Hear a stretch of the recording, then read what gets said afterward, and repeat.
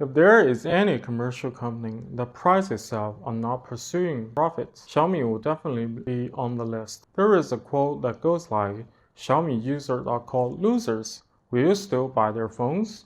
The comment section, the first comment evaluated Xiaomi in this way. Compared to other companies that put profit in first place, they still retains a little idealism.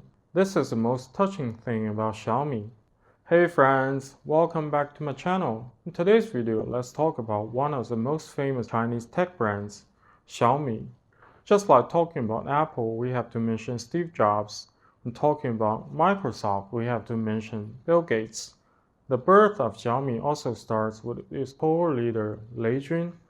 Lei was born in Hubei in 1969. He was admitted to the computer department of Wuhan University at the age of 17. During his university years, he showed a strong talent for computers. When he was a sophomore, Lei Jun was able to use hacking technology to create computer viruses while getting top grades in courses. His assignment was also added to the textbook, while others were still busy graduating. Lei Jun, a junior, had already completed all the credits. After graduation, Lei Jun was assigned to work in a research institute of the Ministry of Aerospace. At an exhibition during his work, Qiu Bojun from Kingsoft Software saw Lei Jun's talent and invited him to join Kingsoft.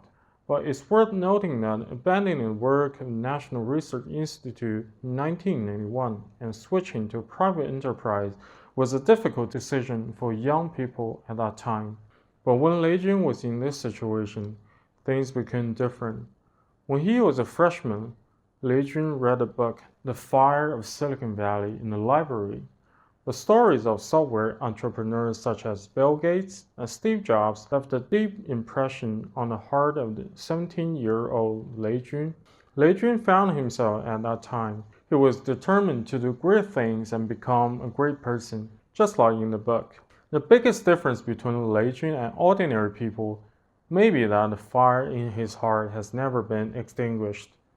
After seeing Qiu Bojun writing the epoch-making software WPS, Lei Jun, who also loved programming, joined Kingsoft with his dream and became the sixth employee of Kingsoft at that time.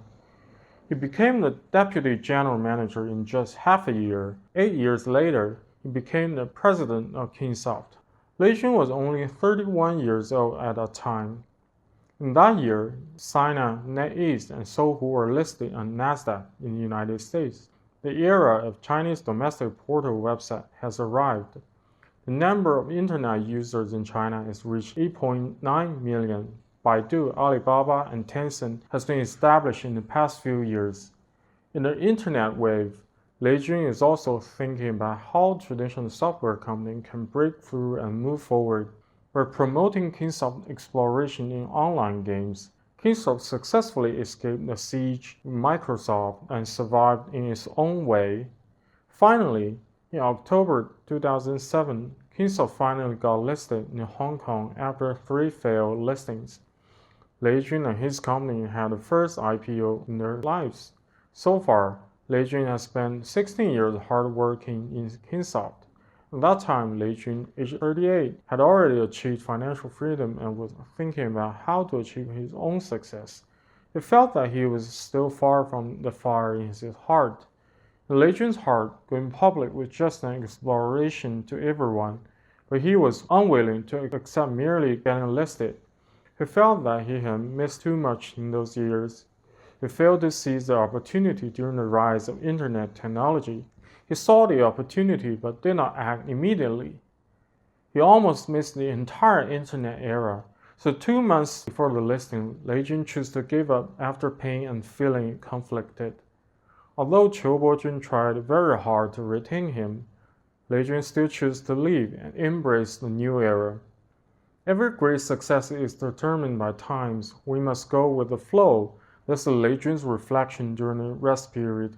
On January 9, 2007, Apple, on the other side of the ocean, released the epoch-making iPhone. In November of the same year, Google also announced the Android operating system. Android and Apple are like Windows and macOS in the PC era, the former to the open system and the latter to the closed system. And finally, Wintelmo took the initiative in the field of personal computers with compatibility and openness. This story of the PC era has long been recorded in the book Fire of Silicon Valley that Lei Jun has read. Since the emergence of iPhone and Android, he began to study smartphones. He would buy almost every smartphone in the market to review it as soon as it came out. In his angel investment project, he also mainly focused on mobile internet, e-commerce, and social networks. After 2 years of thinking and practice, the direction in Lei Jun's heart became increasingly clearer. One night, early 2010, Lei Jun called Liu Qin, general manager of Morningstar Capital, who had invested in more than a dozen companies with Lei Jun. Liu Qin knew the billion-dollar business that Lei Jun mentioned were coming. Lei Jun decided to make smartphones. Morningstar Capital would provide the first venture capital for Lei Jun's new company with an investment amount of $5 million. After making this decision, the first thing to do was to form Lei's own team. The first person who joined the team was Lin Bin, the former president of Google Engineering Academy and Google's global technical director. He had experience working at 2 American tech giants, Microsoft and Google. After experiencing discomfort of working for foreign companies and Google's retreat from China, Lin Bin also had the idea of starting a business at that time. After Lei Jun learned about Lin, Lei immediately introduced his hardware, software, internet trinity model to him. After understanding Lei Jun's grand plan and some consideration, Lin Bin finally gave up the halo of a foreign company and joined Lei Jun's team. After the first companion, Li Wanqiang, the interface designer of Kingsoft software, Huang Jiangji, the engineer director of Microsoft Mobile, the 3 co-founders were finally in place. They began to recruit talents. Because of their past experiences, Kingsoft and Microsoft became company's talent pool at that time. The consistent addition of new people made the choice of office location imminent. The reason for choosing Zhongguancun Yinggu building in the end was that it was located near Google, Microsoft, and Kingsoft, which made it easier to recruit people in the future. After the team took shape, all the co-founders began to discuss the future prospect of the company. First and foremost, the name of the new company needed to be discussed. It was finally determined to be Xiaomi, which literally means millet. On April 6, 2010, the company moved into Yinggu building. At 10 o'clock that morning, a photo was taken in which every co-founder had a bowl of millet porridge in front of them, and Xiaomi officially established. Lei Jun and several other founders decided to build the operating system first. To begin with, the team was good at building OS. Second, the idea of going from software to hardware and from easy to difficult was in line with the entrepreneurial path. The name of the system naturally became MIUI. It aimed at providing the best mobile phone operating system for enthusiasts, born for enthusiasts. It became the starting point of MIUI, with a luxurious team of founders coupled with top talents of large companies made the development of the system very smooth, so hardware manufacturing was also put on the agenda. But at that time, no one in Xiaomi had hardware experience. One day in September, Lin Bin told Lei Jun a hardware specialist named Zhou Guangping was very suitable. He had been an expert engineer in a core project team Motorola. He had led the development of generations of mobile phones. He was an expert who was very familiar with mobile phone development and supply chain. The next day, Lin Bin's communication with Zhou was unexpectedly smooth. Later, he learned that Zhou's team was very uncomfortable with the hesitant decision of Dell's senior management. Xiaomi's invitation gave him the opportunity to show his talent. After Zhou Guangping joined Xiaomi, he didn't only bring his skills and knowledge, but also brought a hardware team composed of more than a dozen top engineers. The 7 founders finally gathered. The super luxurious team had members from Microsoft, Kingsoft, Google, and Motorola. They had professional engineer and designer backgrounds. Most of them had managed teams of hundreds of people. It is often said that on the road to success, the right time, right place, and right people are all indispensable. Changes in the external environment are also developing in a direction that is favorable to Xiaomi.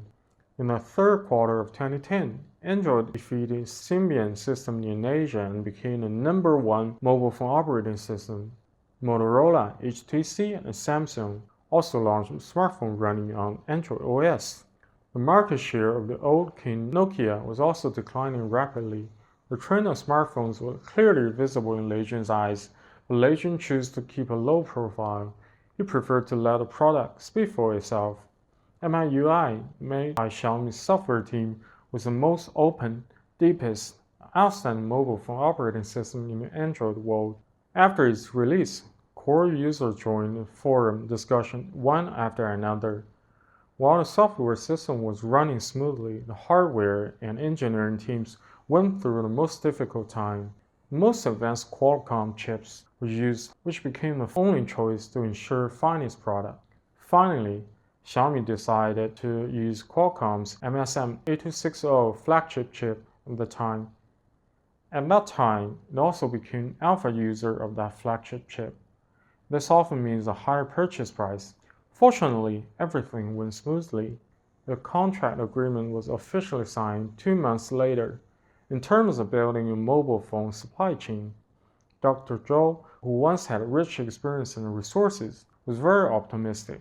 However, Lei Jun underestimated the establishment of supply chain relationships because the number of suppliers on the market at that time could not understand and had never seen Xiaomi's model.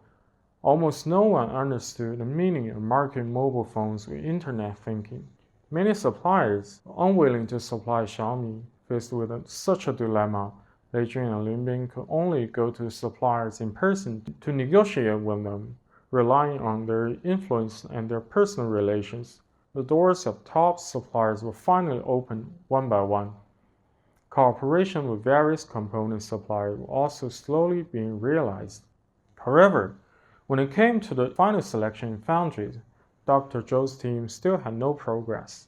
It was still the same old issue. No one was willing to cooperate with the new brand. Inventec, located in Nanjing, became the last hope on the list. Zhang Feng, the general manager of Inventec, who had worked in the telecommunication industry for many years, was facing a painful choice at that time. After leading Inventec from a research and development company to a supply chain company, Zhang Feng bet on personal handy phone system (PHS) to be the next direction. Although Inventec was very successful after their PHS came to the market, in 2009 the Ministry of Industry and Information Technology issued a notice requiring PHS to withdraw from the market by 2011.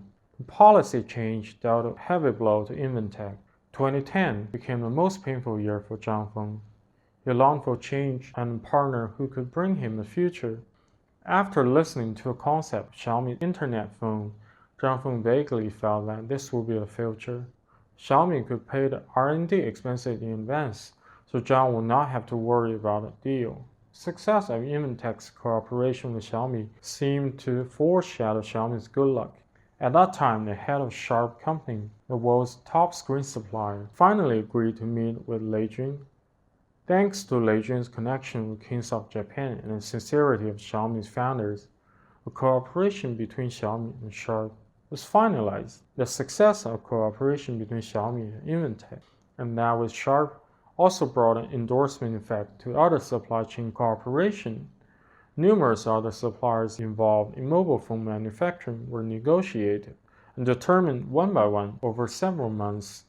Hardware system and other problems were solved as well. Screen lit up, system debugged completely, dialed successfully. Fans and the MIUI forum also reached 500,000.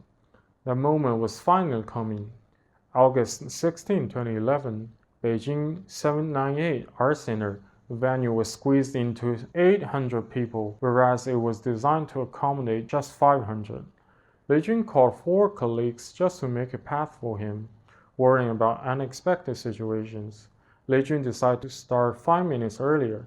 The 78-minute Xiaomi first generation mobile phone launch conference is still fresh in the memory of many people. When the price of 1,999 RMB yuan was displayed on the screen, the audience screamed and cheered. The mobile phone was equipped with dual-core 1.5 GHz processor, 4-inch screen display, and 8-megapixel camera. It had a flagship performance but only priced half of those comparable phones. It also had the best system experience at that time. As Lei Jun expected, this was a product that would become a game changer after its release. The fundamental reason for the price was that Xiaomi only had direct sales via its website, and no distributor were involved. The phone were open for purchase at noon every Tuesday. The first batch of 300,000 phones planned to be sold within a year was sold out after only several open purchase windows. Consumer demand far exceeded Xiaomi's existing production capacity. The shortage problem made Xiaomi accused of hunger marketing. It was then that Xiaomi realized the course they urgently need to catch up on: supply chain management. Apple's current CEO Tim Cook is a master of supply chain management. In his biography, there are detailed descriptions of this sophisticated work of supply chain management, and Xiaomi was experiencing this pain. Modes were temporarily modified by the factory manager, resulting in incompatibility to assemble the battery. The battery size provided by supplier was not uniform. Originally planned to complete 2,000 phones a day. Later, it was found that even 500 units could not be guaranteed. There mustn't be any problem with the supply in each progress. If one supplier has shut down, the production line would have to suspend it. Finally, with the efforts made by the whole team, Xiaomi finally got through this difficult time. Everything gradually got better.